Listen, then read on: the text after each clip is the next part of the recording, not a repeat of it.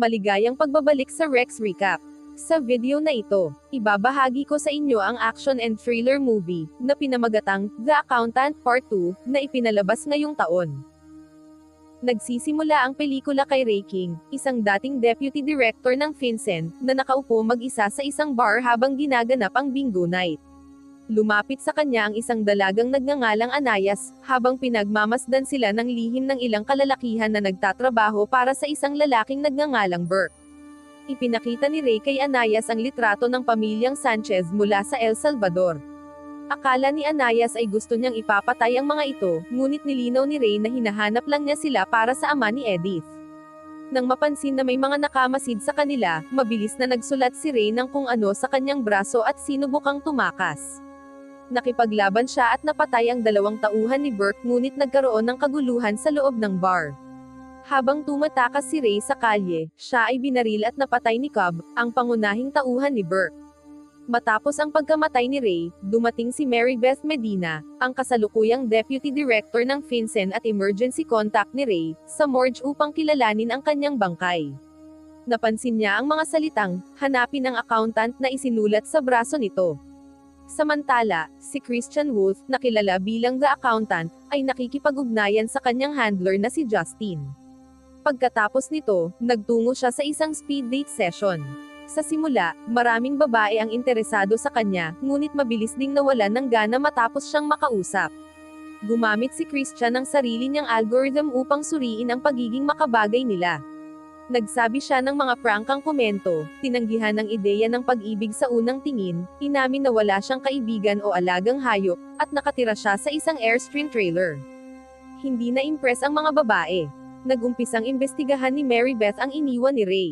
Natagpuan niya ang mga dokumentong may koneksyon kay Christian, at tumawag siya sa isang neuroscience academy na may kaugnayan sa kanya. Sa kabilang linya, narinig ni Justin na namatay na si Ray. Samantala, pinag-uusapan ni Burke at Cobb sina Ray at Anayas sa kanilang trabaho. Nakilala nila si Anayas, dati na itong sumugod sa isang meeting ni Burke kasama ang tatlong lalaki, pinatay ang mga ito pero pinabayaan si Burke na mabuhay. Bilang pag-iingat, inutusan ni Burke si Cobb na pumunta sa Fort Worth upang harapin ang sinumang nag-iimbestiga sa kanilang operasyon. Kalaunan, natagpuan ni Christian si Mary Beth sa isang paradahan. Tiningnan nila ang mga larawan at pananaliksik ni Ray. Natuklasan nila ang ilang larawan ng mga patay na Chilean na dating miyembro ng Special Forces, pati na rin ang isang tax return na nakapangalan kay Edith Sanchez. Napag-alaman nilang ang ama ni Edith ay si Emiliano Gonzalez, na binaril at napatay sa Fort Worth. Kinabukasan, pumunta sina Chris at Mary Beth sa isang pabrika ng pizza upang kausapin ang manager na si Ike dahil sinasabing doon nagtrabaho si Edith. Nang tumanggi si Ike na magbigay ng impormasyon, inilabas ni Chris ang sarili niyang pananaliksik at inakusahan si Ike ng pagkakasangkot sa money laundering. Hinarap ni Ike si Chris na naging sanhi ng saglit na gulo, tinwist ni Chris ang daliri ni Ike at mahusay na pinabagsak ang ilang empleyado na tumulong kay Ike. Sa huli, napilitang umamin si Ike na tumatanggap siya ng pera mula sa isang lalaking nagngangalang Thomas na sangkot sa human trafficking sa isang marangyang hotel sa Berlin. Samantala, sinusubukan ng kapatid ni Chris na si Braxton na ampunin ang isang corgi puppy, ngunit tumanggi ang adoption agent na ibigay ito bago ang nakatakdang araw. Maya-maya, habang nasa isang misyon si Braxton para pumatay ng ilang target, tumawag si Chris para humingi ng tulong. Bagamat may tampo pa si Braxton dahil sa hindi nila pagkakausap ng 8 taon, pumayag din siyang makipagkita. Nagkita sina Braxton, Chris, at Mary Beth sa isang motel. Habang naghihintay sa kwarto, dumating ang 3 babaeng bayaran. Binigyan nila ng pera ang mga ito kapalit ng impormasyon tungkol kay Thomas. 2 sa mga babae ang umalis dahil sa takot pero nanatili ang isa at humingi ng karagdagang bayad upang makatakas kay Thomas. Naghintay sila sa pagdating ni Thomas. Pagdating niya, sinuntok siya ni Braxton at nahulog siya mula sa balkonahe at tumama sa kotse, nawalan ng malay. Pagkatapos, isiniksik nila si Thomas sa trunk ng sasakyan ni Mary Beth. Naiinis si Mary Beth pero tiniyak ni Chris na si Justin ang magkontrol ng trapiko upang walang pulis na humaharang sa kanilang sasakyan. Samantala, nalaman ni Mary Beth ang tungkol sa pagkamatay ni Emiliano, ang pagpatay sa asawa ni Edith na si Gino, at ang pagkawala ng kanilang anak na si Alberto. Kinabukasan, sumama si Mary Beth kina Chris at Brax habang tinatawagan ni Chris si Justine para humingi ng tulong. Sinusubukan ni Mary Beth na kumbinsihin si Chris na ang kaibigan niya mula sa Homeland Security, isang PhD sa computer science, ay may access sa mahahalagang database. Ibinunyag din niya na 2 security camera lamang ang gumagana noong gabing pinatay si Ray. Samantala, inutusan ni Justine ang kanyang grupo ng mga batang hacker na escan ang mga surveillance footage sa buong Los Angeles para hanapin si Anayas.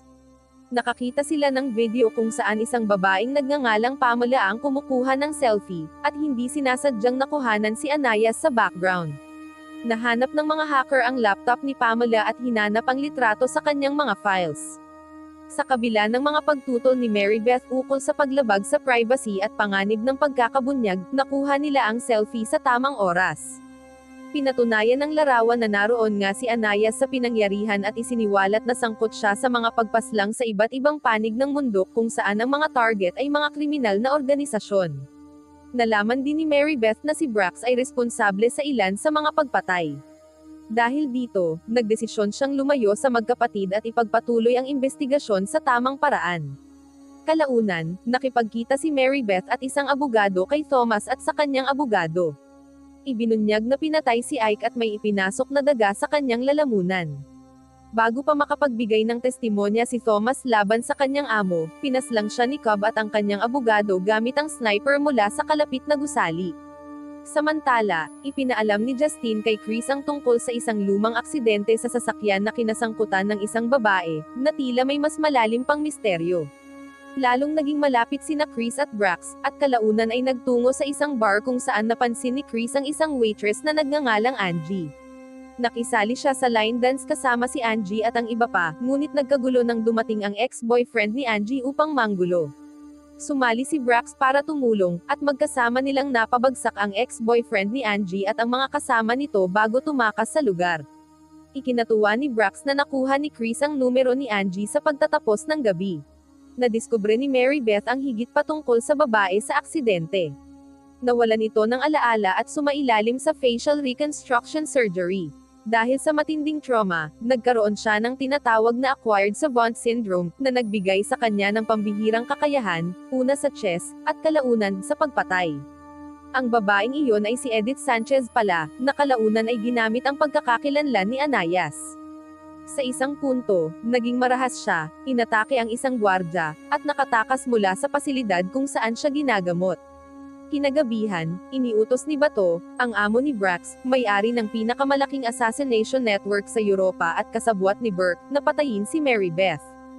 Nalaman ito ni Chris bago matulog kaya't agad siyang nagtungo upang iligtas si Mary Beth. Ngunit nauna si Anayas sa pagdating. Doon ibinunyag na kinansela ni Bato ang utos kay Brax at si Anayas ang ipinadala bilang kapalit. Hinarap ni Anayas si Mary Beth, at naglaban sila. Sa dulo ng labanan, sinaksak ni Anayas si Mary Beth sa tiyan bago ito tumakas. Habang umaalis, napansin ni Anayas ang isang larawan niya bilang si Edith, kasama sina Gino at Alberto. Nagbalik ang kanyang mga alaala, kung saan inatake siya ng mga tauhan ni Burke at nasaksihan ang pagpatay kay Gino. Dumating si Chris sa oras upang tulungan si Mary Beth. Samantala, tumawag si Bato kay Burke upang iulat na may nakialam sa kanilang plano, ngunit ipinaalala na nananatiling epektibo ang kontrata, hindi papatay si Mary Beth. Bilang tugon, inutusan ni Burke sina Cobb at ang kanyang mga tauhan na tipunin ang mga batang dinukot sa kanilang compound sa Juarez at patayin silang lahat. Sa tulong ni Justine, nagtungo sina Chris at Brax sa Juarez upang sagipin ang mga bata. Habang isinakay ng mga kalaban ang mga bata sa bus, dumating ang magkapatid at pinaulanan ng bala ang mga tauhan. Pinatakbo ni Cobb ang bus matapos mapatay ang ilan sa kanyang mga kasamahan. Isinakay ni Chris si Brax sa van at sinundan ang bus. Pagdating sa lugar kung saan pinipilit ipasok ang mga bata sa isang hukay, muling nagbukas ng putok ang magkapatid. Nasa loob pa rin ng bus si Cobb kasama si Alberto. Nakapasok si Chris sa bus habang si Brax ay nasa labas bilang suporta.